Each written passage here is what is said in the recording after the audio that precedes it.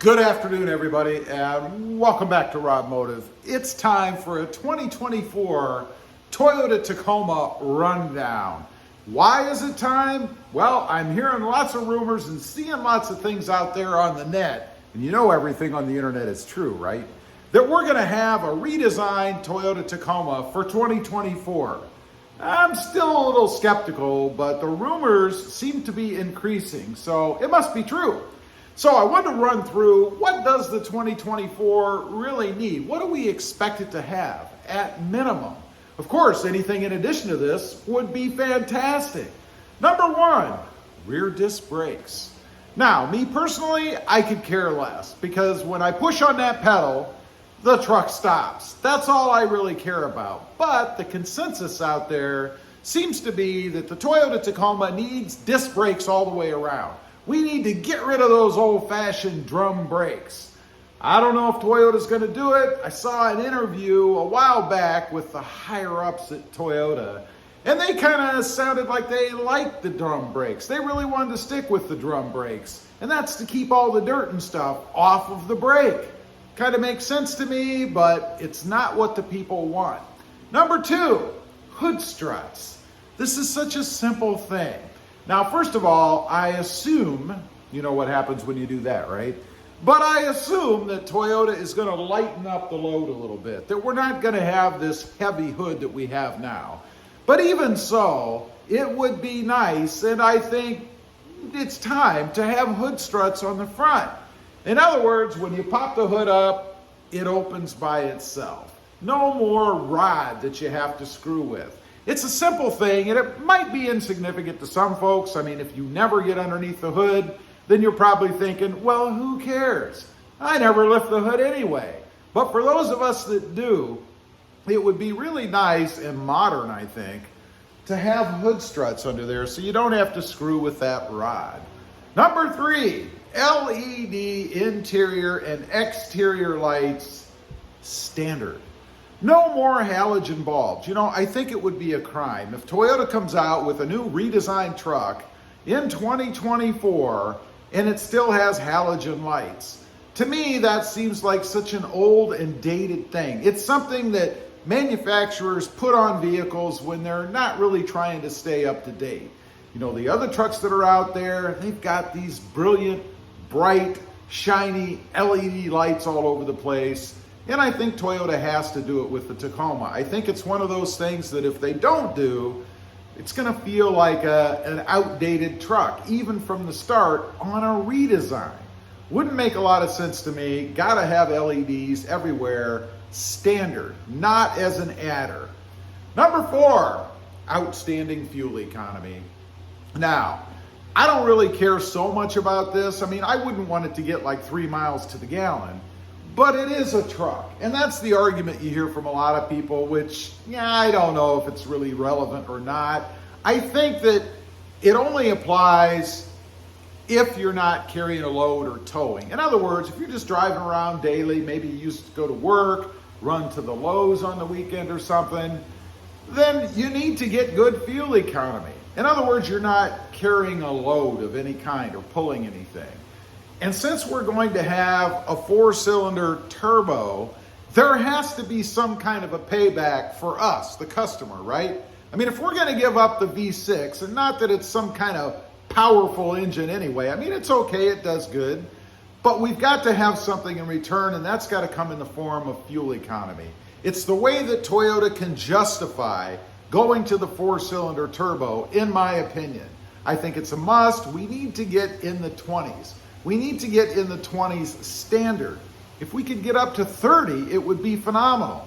You know, I think about the Tundra, though, and how we had these huge expectations that it was going to be some hypermiler. It hasn't turned out that way, and I've heard that real-time fuel economy is really not much better than the outdated, now no longer available V8. It's got to be better. Number five, no throttle lag.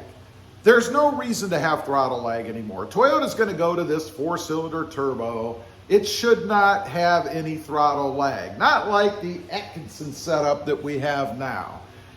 I don't know why Toyota put it in. I assume it's for fuel economy so that it gets what it does get, which I think right now I'm getting somewhere in the 14 to, well, a little more than that. Maybe the 16 to 19 miles per gallon range. That's if I drive it thoughtfully, if I drive it slowly. When I get on it and I'm enjoying that exhaust, I get much worse. It needs to get better for just normal driving, somewhere in the 20s. Number 6. Its own distinctive appearance. No Tundra.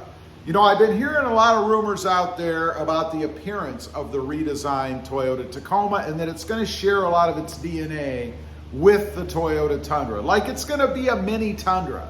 You know, I don't know if Toyota's listening, but the Tundra hasn't gone over that well when it comes to appearance. There aren't a lot of lovers of it out there. Now, I know there are some that do, but I think the vast majority of us, me included, weren't real thrilled when we first saw the new Tundra.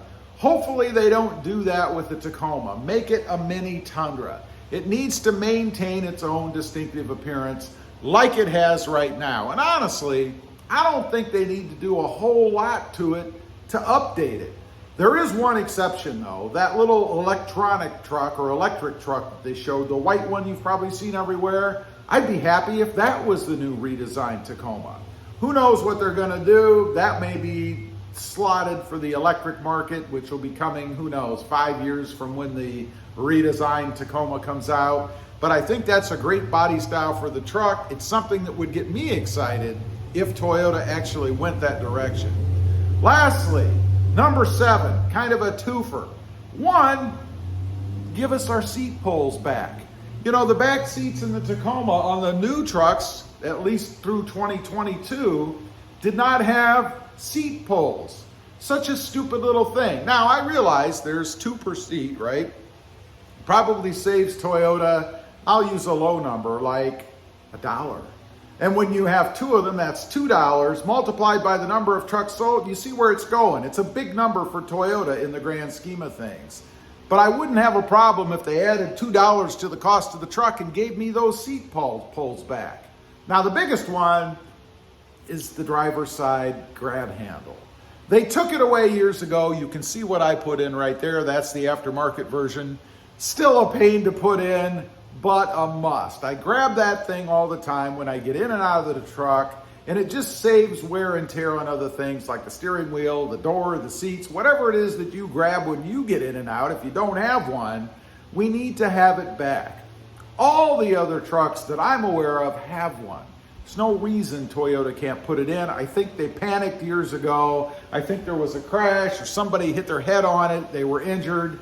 And that's why Toyota took it out. Maybe it was a blind spot. I don't know. This isn't really a blind spot as far as I'm concerned. We need to have that back. Anyway, that's just a 2024 Toyota Tacoma rundown. These are the things at minimum that I think the redesigned Toyota Tacoma needs to have. Leave a comment. Let me know if you agree, and let me know if I left out anything or what you'd like to see in the redesigned Toyota Tacoma. I'd be curious. Also, real quick, I do have 2 additional channels. Robmotive Project Cars, currently about the Mercedes-Benz, and Robmotive JT, all about the Jeep Gladiator. Check them out, and if you're interested, please consider subscribing. And while you're at it, smash the subscribe button here too. Thanks for watching. Stay safe out there. Bye.